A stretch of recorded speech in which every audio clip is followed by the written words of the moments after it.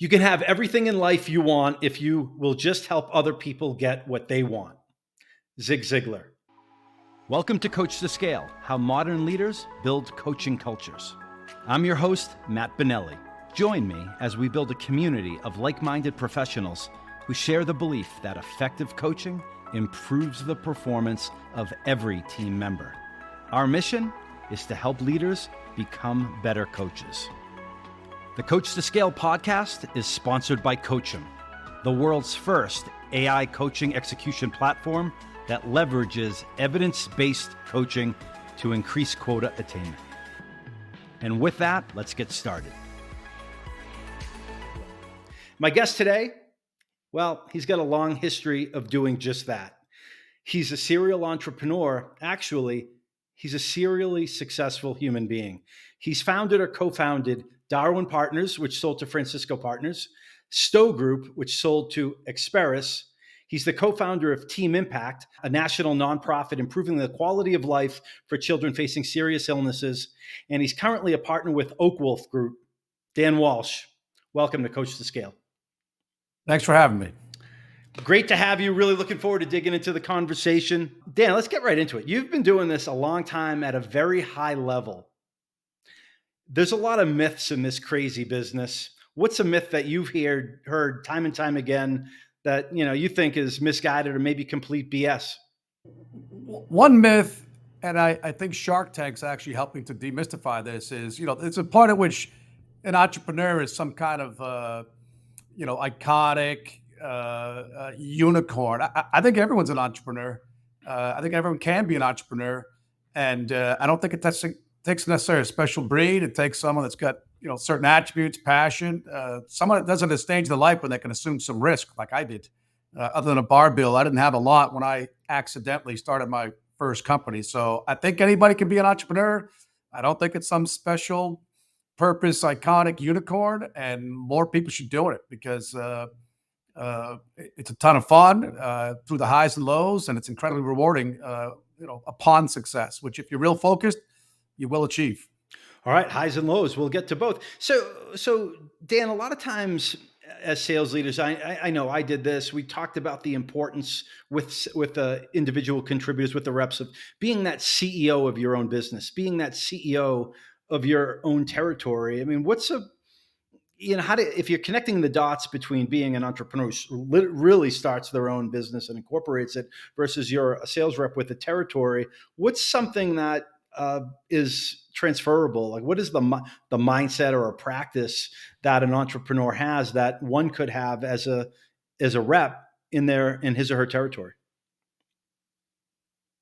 I think it's ownership and belief. We guard against anybody that's a victim of anything. You've got to believe you're in control, and you've got to kind of operate with a level of not just excitement but fear, because you're not working with a net when you're an entrepreneur and the buck stops with you. So I think acting like an owner, thinking like an owner, it's all on you. And if you don't know something or have something, then figure out how to get it. Advocate internally, externally, but really have that accomplish the mission mindset. Whether I make it or not, it's completely up to me. I'm not a victim of anything. If it doesn't go well, I get all the blame. If it goes wildly well, I get all the blame. Yeah, the personal responsibility, it's that mirror test. If you don't make your number, it's nobody's fault but your own. It's not marketing's fault for not teeing up the leads. It's not the technology's fault for not coming out with the next greatest release, right? It's on you, is what I hear you saying. 100%, and part of that's with selection. Historically, with different colleagues and partners, if through the interviewing process someone said, well, the marketing over there and the product here, and clearly there are challenges and battles, and sometimes there are things, certainly in software, where the product necessarily wasn't going to win the war. But if someone is comfortable kind of pointing to all the reasons why they weren't successful, that's a third rail in our shops. That's a level of victimization, a lack of ownership that very respectfully typically ends the interviewing process quite immediately. Yeah, and you can as Yogi Berra said, you can observe a lot just by watching, watching and Yeah. listening to how people react to interviewing questions, who they're blaming for why they didn't achieve the success that they set out to achieve. So Dan, let's talk about beliefs. You mentioned that word. What's a core belief about leadership and coaching that you believe sales leaders would benefit from grasping more firmly? Belief in general that you can be successful, as simple as that sounds. Some people believe if you eat right and exercise, you lose weight, and others are saying, well, with my metabolism and genetically my fit. So I think believing in cause and effect, believing that you really are in control of what happens, and developing that accomplish the mission mindset, instilling in others that they're in control, that they should believe. So I don't know if that's the most perfect or comprehensive answer, but I think belief in oneself, belief if you eat right and exercise, you can do well. Belief if you study harder, you're going to do better, and that you really are in control and the only person to truly blame. Well, it's interesting because I think sometimes we try to make mountains out of molehills, and we're looking for some answer that's like, wow, I never thought of that. So when you say, if you eat right and exercise, you'll lose weight, and if you believe that, like it sounds like, yeah, no shit. But that said, um, there's a lot of people. There's a humongous industry of people that are trying to lose weight, and people that are selling them the next best, the latest and greatest solution. But it's really not that hard when you boil it down. Oftentimes, maybe even in the world of sales and business, we try to overcomplicate things. Sometimes it's just as easy as just being simple and executing. Would that be fair? Yeah, lifting weights is simple. I'm not saying it's easy, but it is simple.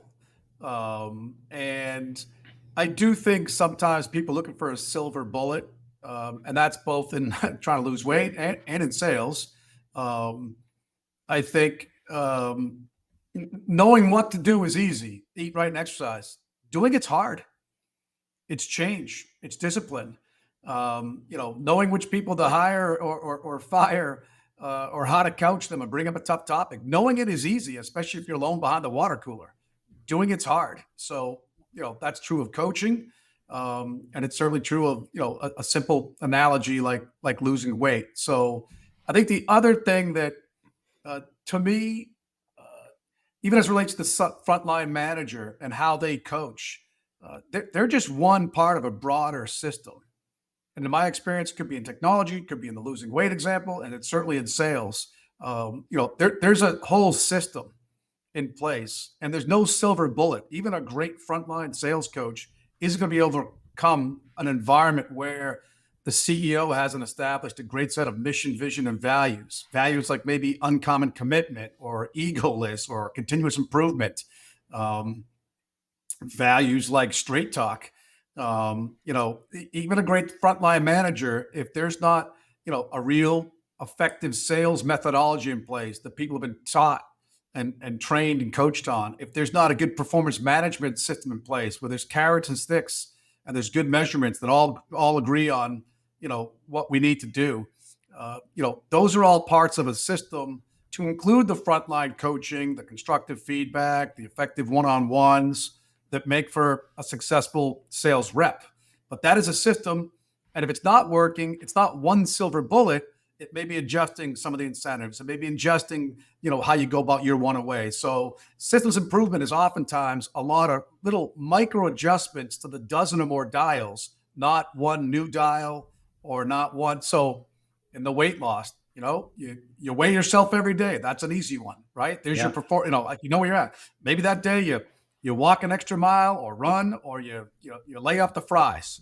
So I do think there is often in life and in sales, like I just need that one silver bullet, as opposed to there's a system of a dozen things I could do differently. I have to adjust them on an ongoing basis and hopefully keep adjusting in a way that's improving so I can continuously improve as an individual, as a coach, and as an overall sales environment, sales system. Dan, I laugh when you say get on the scale every day, because as someone who's struggled with weight, despite being, I think, very active. I've always struggled with weight, and what I say to myself and to others is, I've never stepped on the scale after a month and said, "Wow, I'm a lot lighter than I thought I would be." It's never ever happened. It's when I don't get on the scale for weeks at a time and I get on it, I'm like, shit, and I know it. Like, that's probably why I don't get on the scale.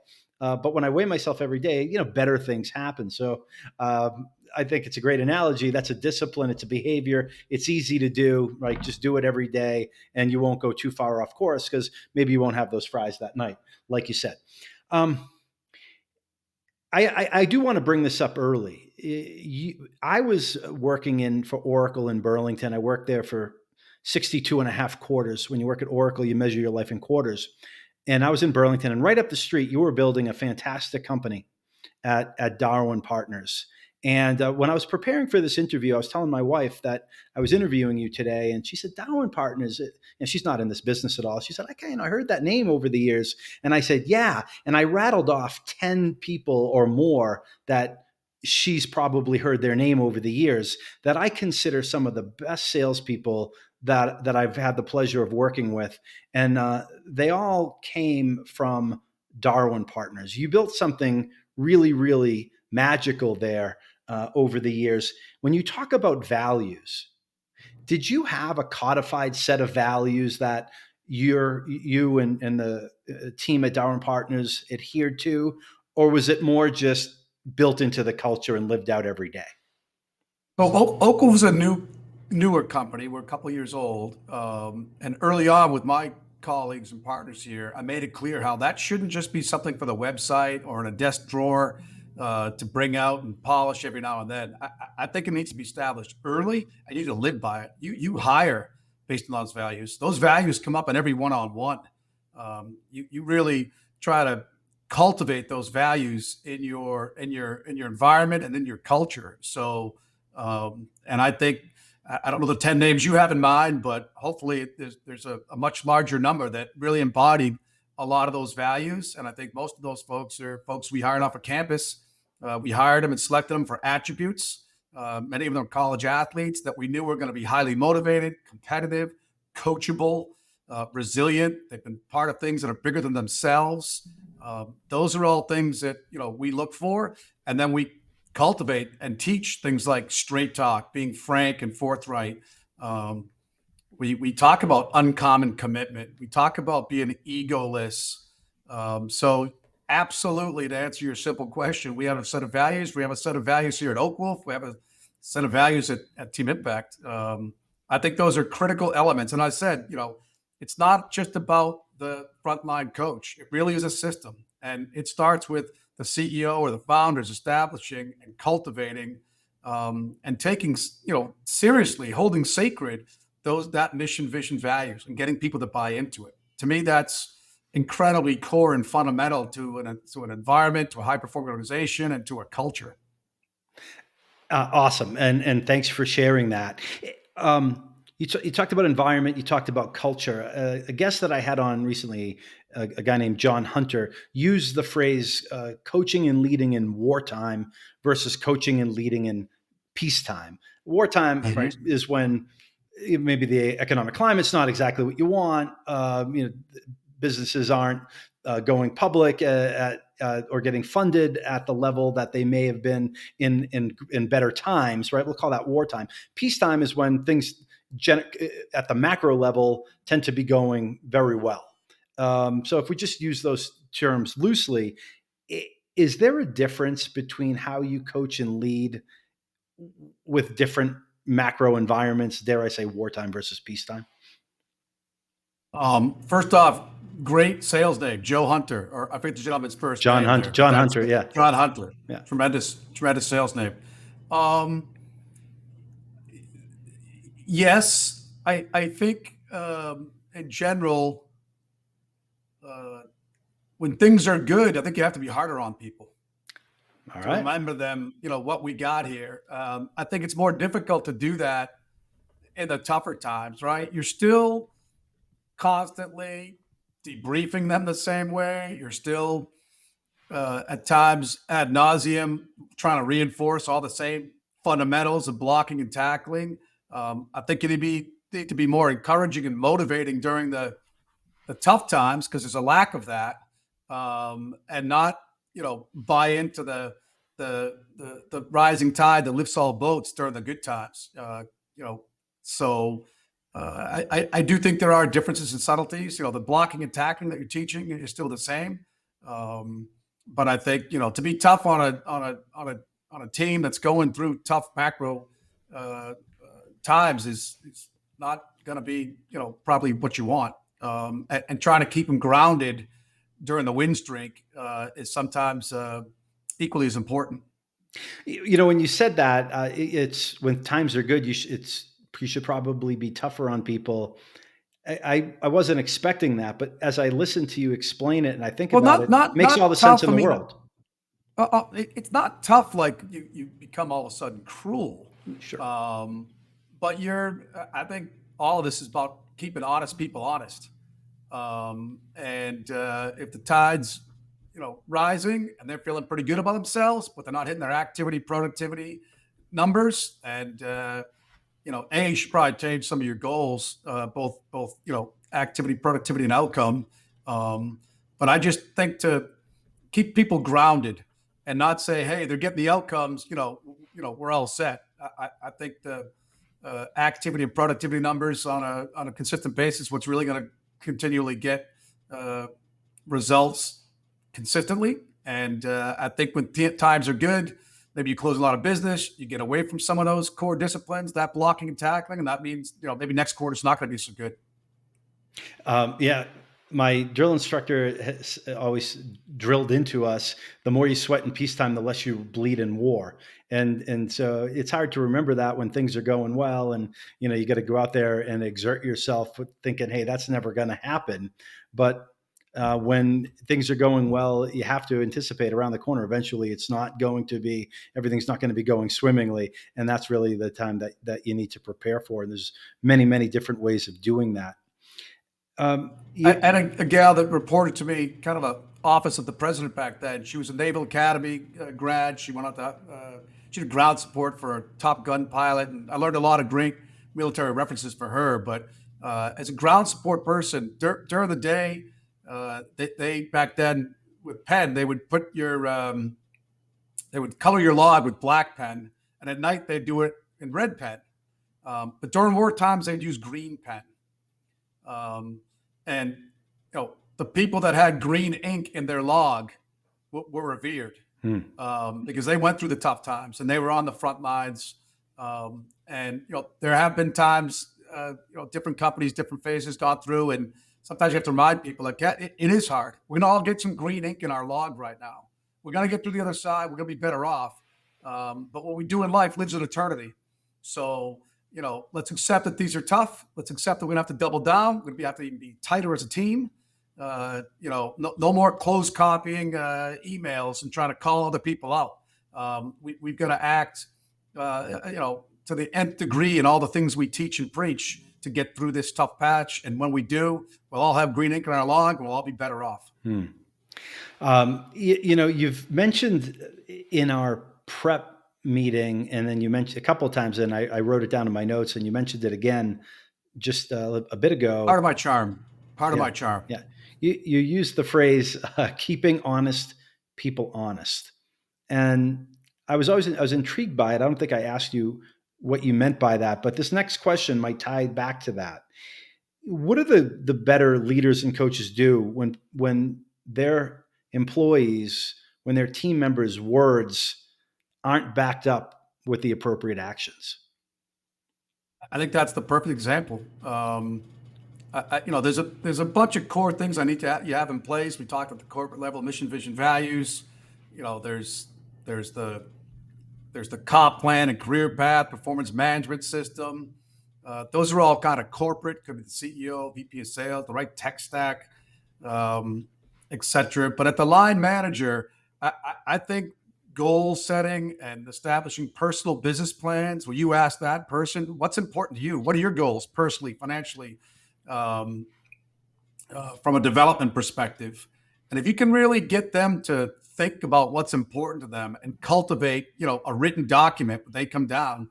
And then a week later or a month later, when they're not doing, together you build that plan. If you want to make X, I can build your plan to get there. But it's not going to be showing up late and not paying attention and not taking your personal development seriously. So oftentimes it's a bit of a jujitsu when you use their words against them. You said you want to make 200 grand this year.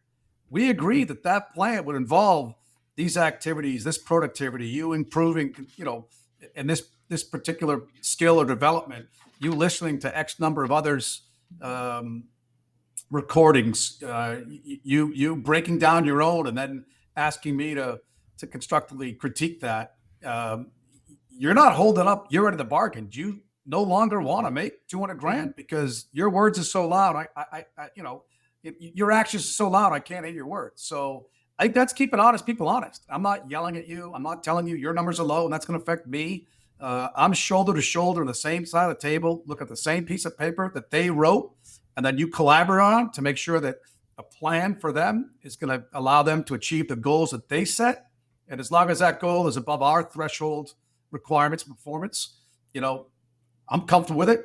But I think that's the classic example of people keeping honest people honest, and not letting them, say one thing and do another, and then be, kind of party, witness, or complicit in that less than honest exercise because they're not doing what they said they were up for doing in order to get what they said they wanted to achieve.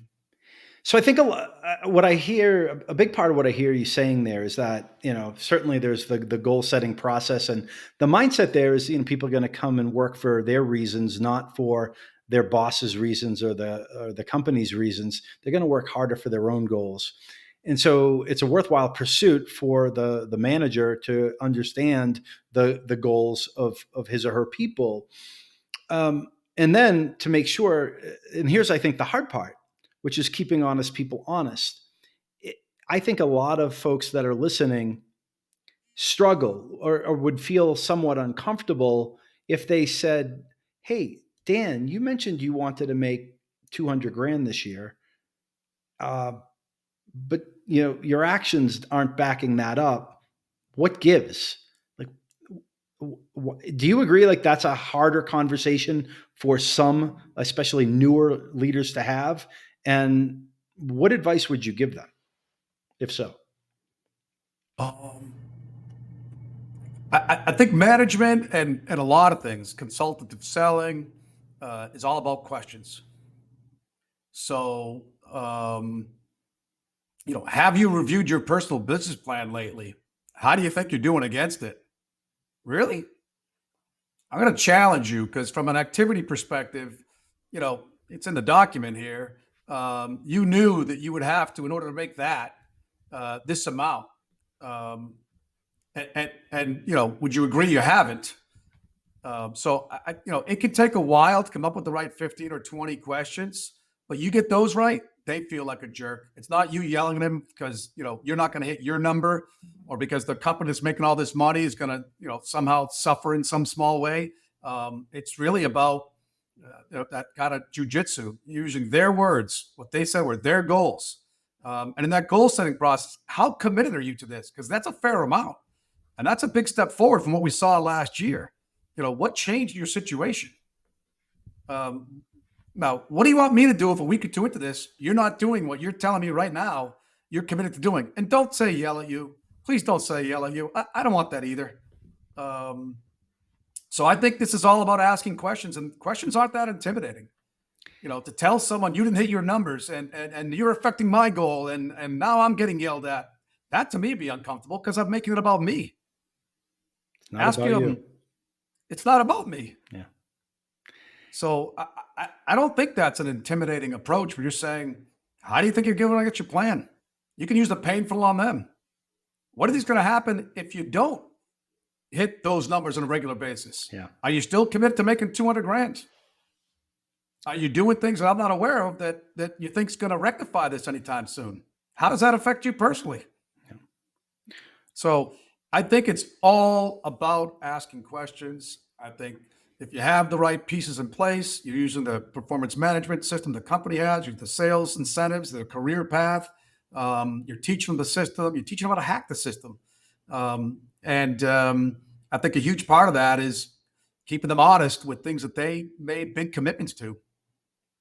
And I think the best salespeople ask the best questions, and the best managers ask the best questions, and it's not intimidating. You're, as that manager, asking, "Hey, how are you doing against your plan? How are you doing against the goals that you have?"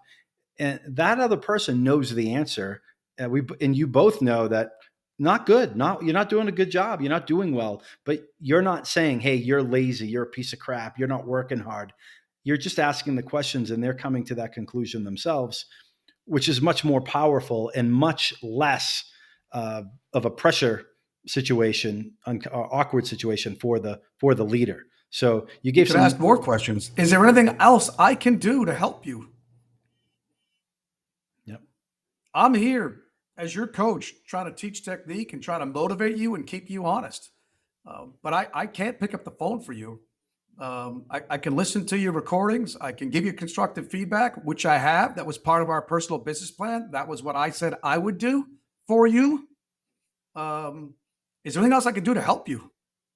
Yeah. I mean, ultimately, you get it. So it's all back on me.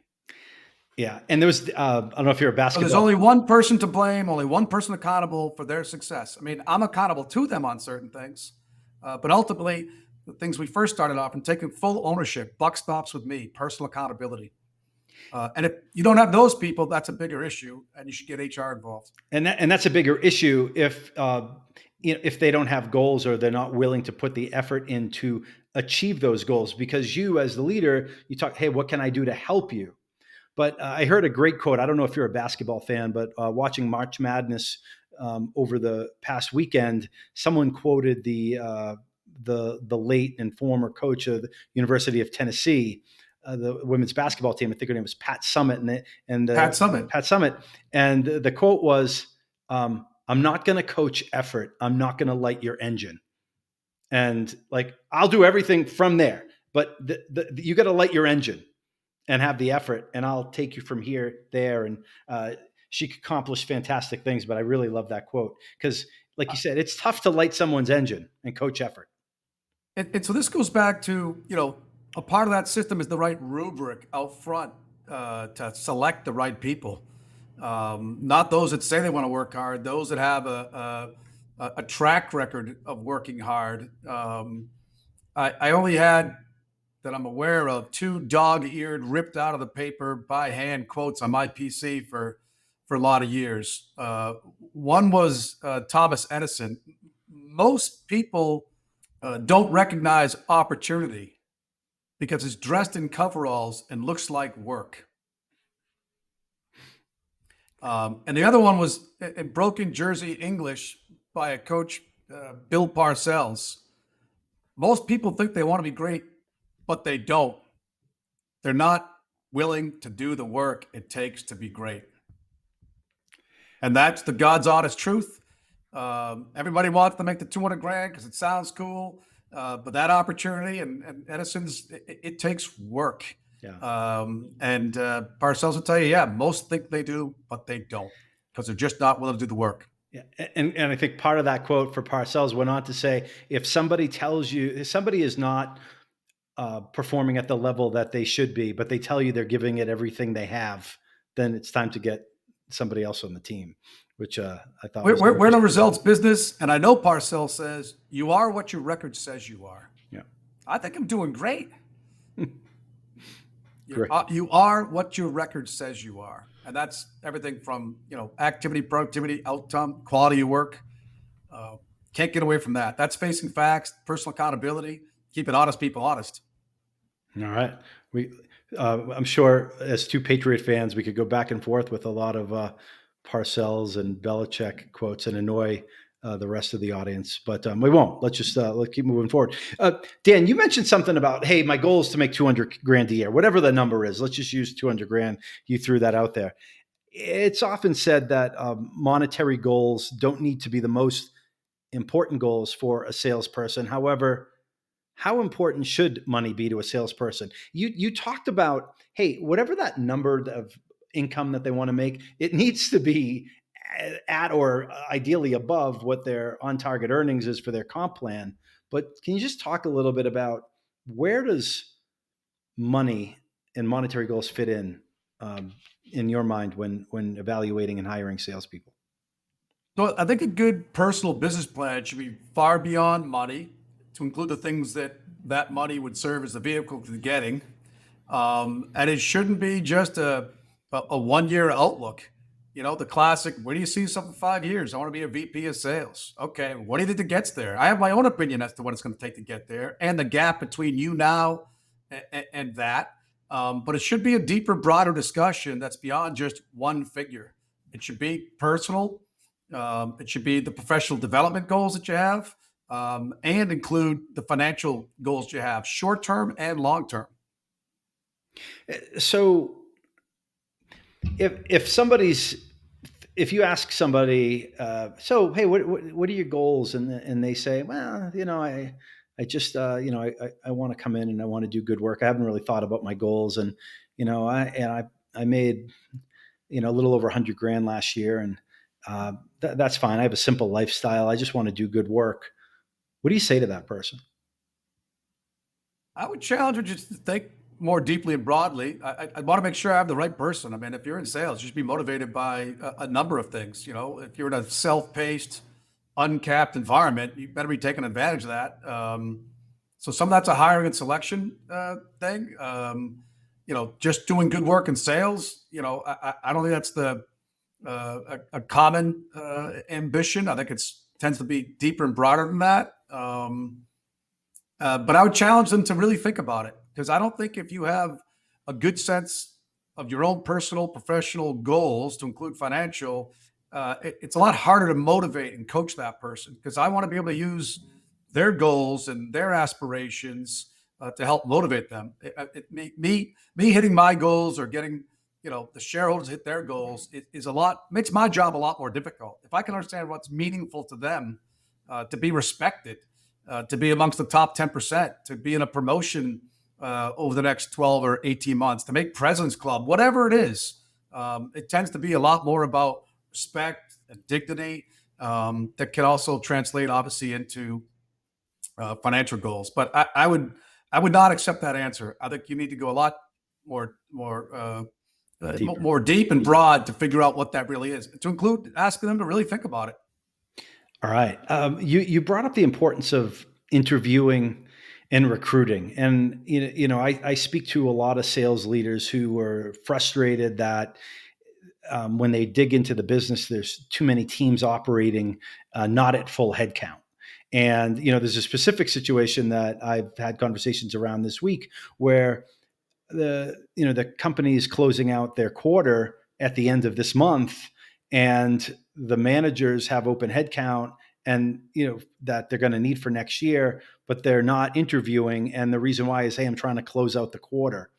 That's just one issue when it comes to interviewing and recruiting.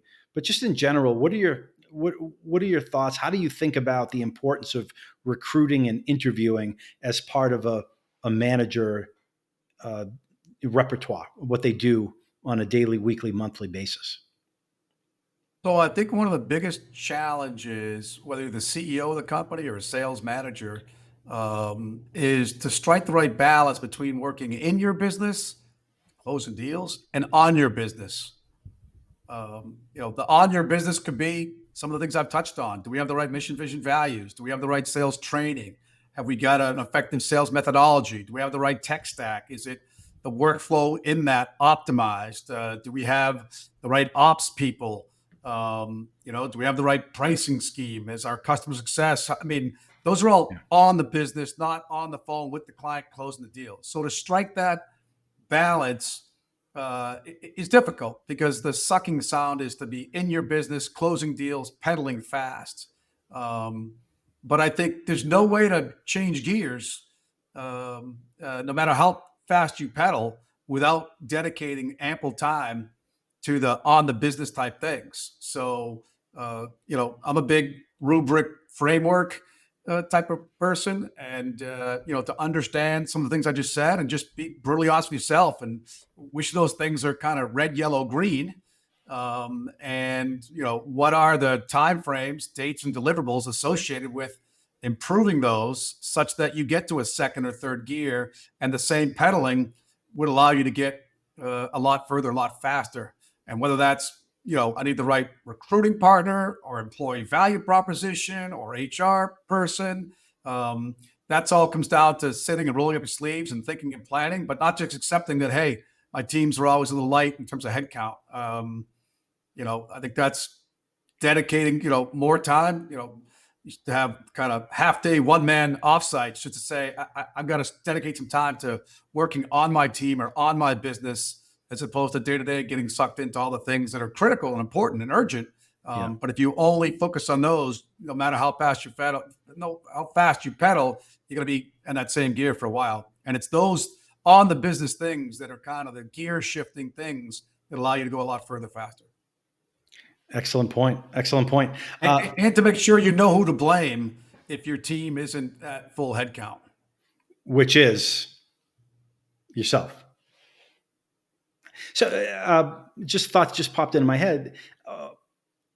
I hear a lot. Now listen, I don't have any openings right now. Doesn't make sense for me to talk to so-and-so. I'm at full headcount. And it kind of leads me to believe that, to question whether how important is it for managers, for sales leaders to be interviewing even when they don't have any open spots on their team. Is that something that you'd advocate? It's an incredibly powerful situation when you're always recruiting, or you have the discipline of always recruiting, or you have the relationships with recruiting firms that know anybody and everybody that fits this rubric. For me, I'll talk to them forever and always. I think there are folks that have headcount that's missing, and a couple of people at the back of the bus that, had you opportunities to top grade, you do it, but you kind of, begrudge the whole idea of, I have to start spending time on that. It take too long to, whether at the business level or sales manager level, having great vendors is critical. Yeah. You should keep looking until you have a vendor that really understands your company, your culture, what you're looking for, and can constantly be tempting you to whether it's fill those slots or overhire or hire ahead or top grade. I think that's critical. And it's a discipline, and it's a working on your business discipline. When you do that, you're going to be in much better shape. And no matter how fast you're pedaling, if you're 3 headcount down and the 2 of the ones you do have for headcount are not really cutting it and taking a lot of your time, that's tough to compete with the person who says, yeah, I don't spend as much time in the deals when I got full headcount and they're all, more than capable of hitting their target or stretch goals. ABR, always be recruiting. It's a mindset, it's a discipline.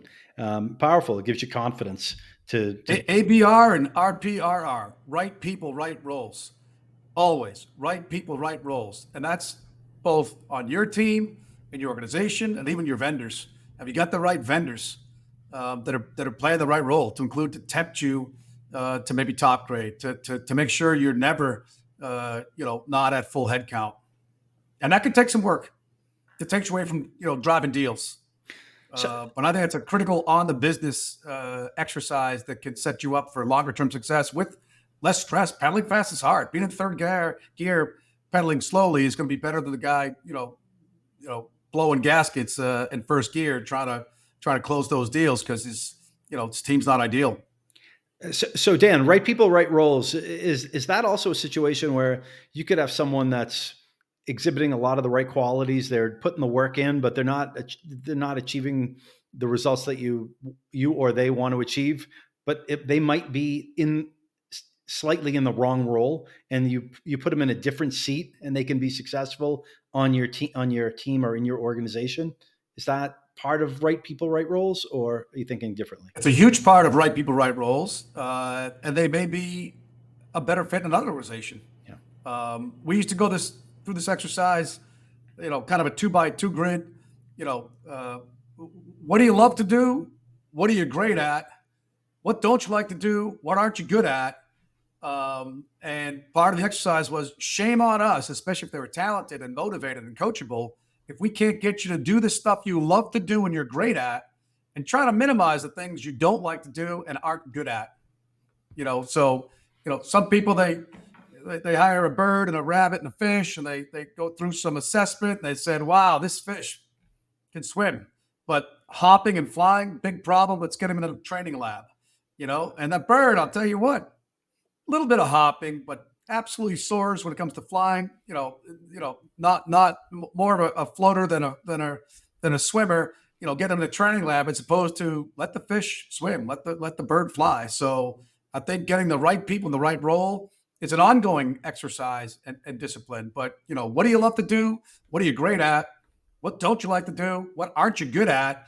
That can help someone kind of self-actualize. Like, yeah, maybe I'm better off as an AM than an AE, or as a simple example. And I think most people realize it. All you're doing is keeping them honest about it, and tabling as a way to try to share the obligation to get you in the right role.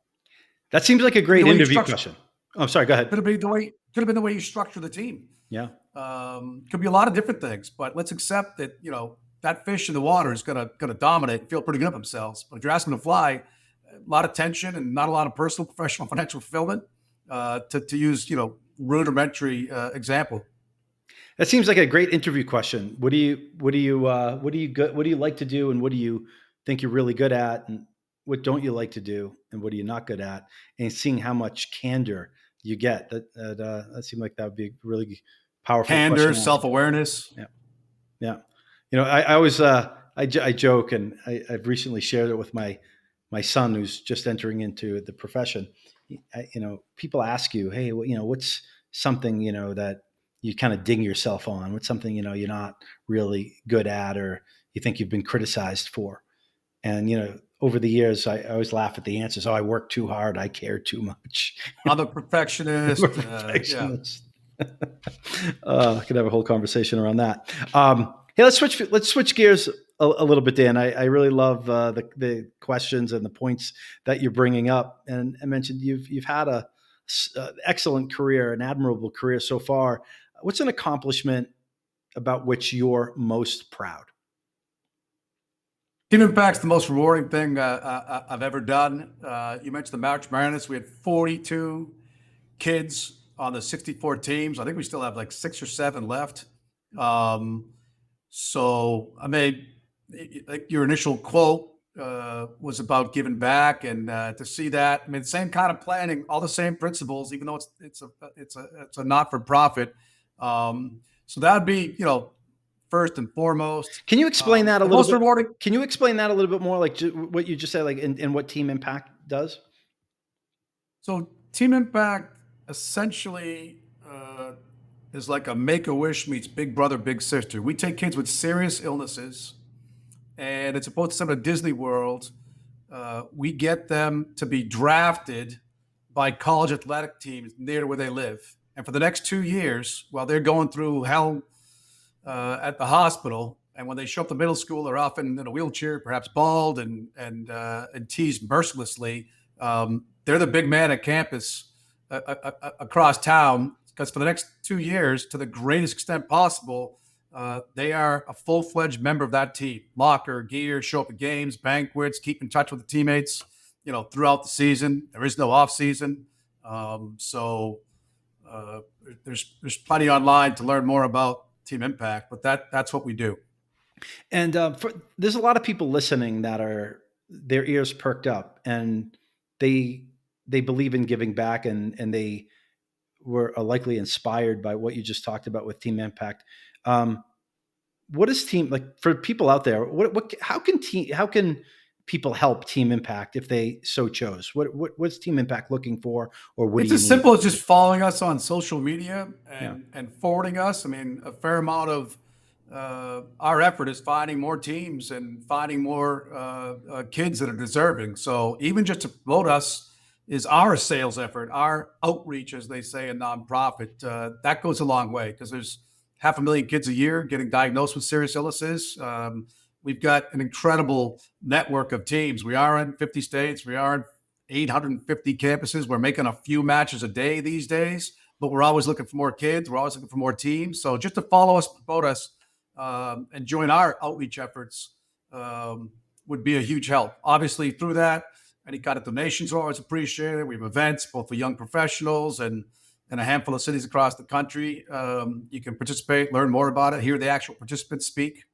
And the other thing that has been the most rewarding for me is just seeing young folks that you hire that you know are motivated and coachable, and seeing them flourish, seeing them achieve new levels of fulfillment personally, financially, professionally.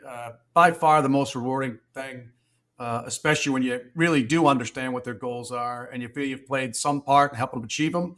The level of confidence that comes from that, where they go. I think that's by far, the most rewarding thing, to include at Team Impact folks that we hired early that have gone out to do great things and be part of a great cause and a shared mission. Awesome.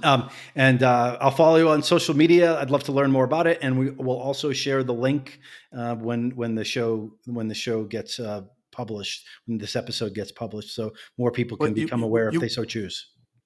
You wouldn't want to follow me, but certainly follow Team Impact. Oh yeah, absolutely. I'm with you there. You got an extra follower in me, and we'll make sure other people know where to find it if they so choose to do so. It sounds like a phenomenal cause. So as we move to close out, Dan, this program's called Coach2Scale. So the people listening care, they give a crap about coaching and developing people and watching other people flourish like you do. And people who have devoted so much time to it as you have typically have had that behavior modeled for them in some way. Sometimes a lot, sometimes once, sometimes they knew it was coaching at the time. Otherwise, sometimes they thought it was onerous. But is there somebody that made a difference in your life or in your career, someone where you received great coaching that you look back on from time to time and say, wow, that was really impactful to me? Well, as I mentioned, I'm kind of an accidental entrepreneur. The economy was bad and didn't necessarily set out to start what became Darwin over those years. So there's a little bit of a homegrown. I wish I had more mentors early. I was always trying to figure it out, but I knew the buck stopped with me, so I had to just work a lot harder, figure stuff out, make a lot more mistakes. I did have a world-class board at Darwin, folks that had started companies, built them, taken them public, run, big companies, and they were helpful in a number of ways. But it wasn't kind of day-to-day coaching, more like just good perspective on, kind of strategic planning and even how to communicate, at a corporate level. Those people were certainly helpful to me. But day to day, I just worked harder and made more mistakes than everybody else to figure out what works. But I don't recommend it to anybody. Yeah. I paid my tuition payments the hard way. Find a mentor, find someone that has been successful, and just learn from all the mistakes they made.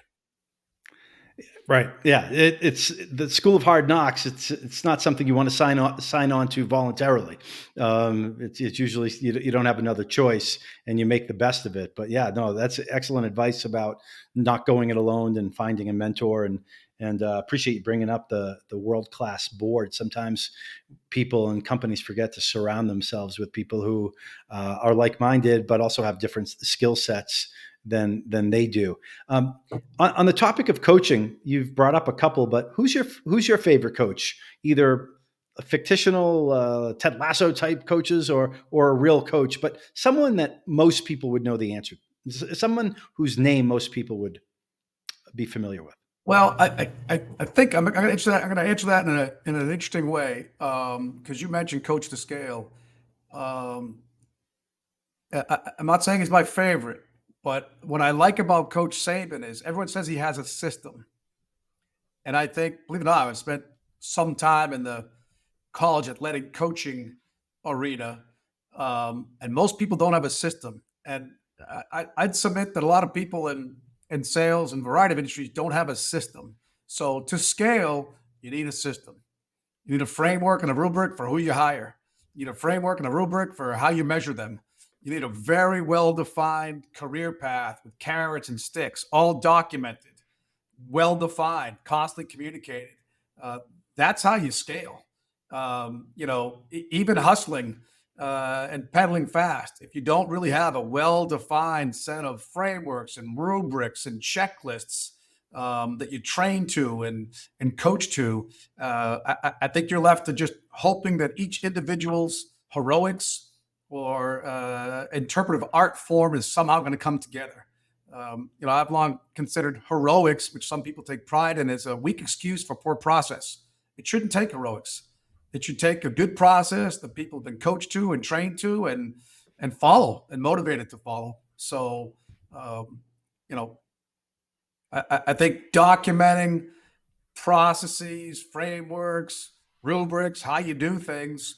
And once they're documented, they keep getting better. You go from version 1 to 1.1, and then version 1.2, and then someone comes with a great idea, and you go to version 2. So if you're not disciplined about that, I think it's be a lot more difficult to scale. Yeah. You can't scale success by brute force. And, there's another, and I don't know, millennials, Gen X, Z. I think sometimes it's a bad rap that they're not patient enough and just, bide your time, over time, you'll do well too. I think some of their questions are helpful for a company and sometimes expose a lack of well documented processes, career paths, incentives, carrot sticks. You should have an answer for them, a very clear and consistent one to what do I need to do to get to my next promotion? What do I need to do to make 100, 200 grand? That shouldn't be a soft kind of, well, just keep doing what you're doing and over time it'll all happen. I don't think that's a good answer. And I think it's actually a really fair question. And you should have a really strong, very discreet, and hopefully documented answer. Let me walk you through the career path. Here's how you'll be measured objectively and subjectively. And if you achieve not just these numbers, but if you become, contributing to us in terms of, your knowledge, your process improvement, or, think about what it would take for them to get ahead further, faster. Document it, coach them to that. When they ask that answer, say, great question. I'm glad you asked.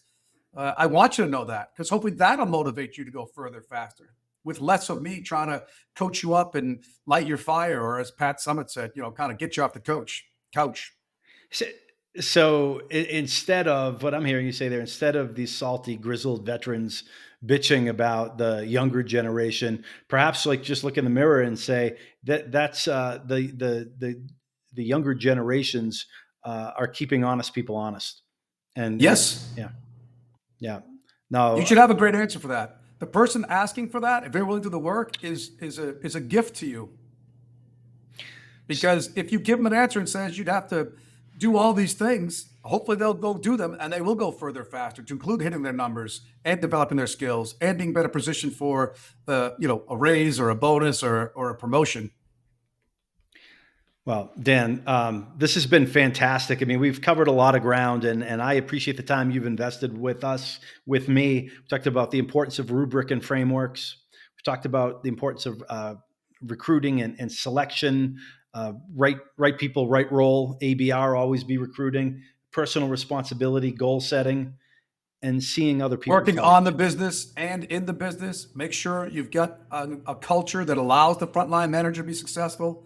Without mission, vision, values, without personal business plans, without a performance management system, that interpretive that frontline manager is going to have a real tough time. But if you surround them with that, and they understand that system, they should be able to coach people to that system, and that's a lot more scalable. Dan, before we take off, do you have any advice for folks that are, let me frame it, like especially for people who are newer in the profession, right, in sales, and they're not getting what they need from their manager, and it's this question's about like almost like how do you manage your manager, But a lot of people will struggle with that, especially people who are newer in their career. What advice would you have for that person who's struggling to get what they need from their manager, but they really want that help and that guidance? So this is going to sound like a familiar refrain. I'd figure out the right 10 or 15 questions to ask them. And if they don't get You know, the answers if they don't get helpful answers, I find the next person to keep asking. I don't know if it's a colleague or you ask someone, a different manager or director or VP, but what could I be doing better? I'm struggling to hit certain things. Why do you think that is? What advice would you give me? Are there additional tools or training you think I would benefit from? I don't know the exact right questions, but I wouldn't say my coach sucks. I wouldn't look at them silently talking about behind their back. I'd remind them I am committed to my personal business plan. I do want to make that 200 grand. I accept I'm not where I need to be. I'd love your input as to what I could be doing better or differently. Do you have prescriptive skills? Is there a different rep I should be listening to their phone calls for? Ask those, right? You have to own it. It's your personal accountability. Hopefully your coach is good and helpful. If not, ask them those questions to kind of pull it out of them. Maybe they don't feel comfortable telling you those things. If they don't, ask others. Keep asking. Find some mentors, but figure it out. Fitfo. Awesome advice, Dan. Thanks so much for investing time with me today. I appreciate it. A pleasure. All right. And to all of you out there, thanks for listening. If you learned something today, if you laughed, tell someone about the podcast, Coach2Scale, comment, engage online. Tell us what you like. Tell us what you don't like. Tell us what you'd like to see and hear more of. We want to bring the best guests, the best content to you. It's been my pleasure to host this conversation on behalf of Coach2Scale. And until next time, coach them if you want to keep them. We hope you've enjoyed this episode of Coach2Scale, How Modern Leaders Build Coaching Cultures. For show notes and other episodes, visit us at coachem.io. That's COACHEM.io. And follow us on Twitter at CoachemNow. See you all next week. Thanks for joining. And remember, coach them if you want to keep them.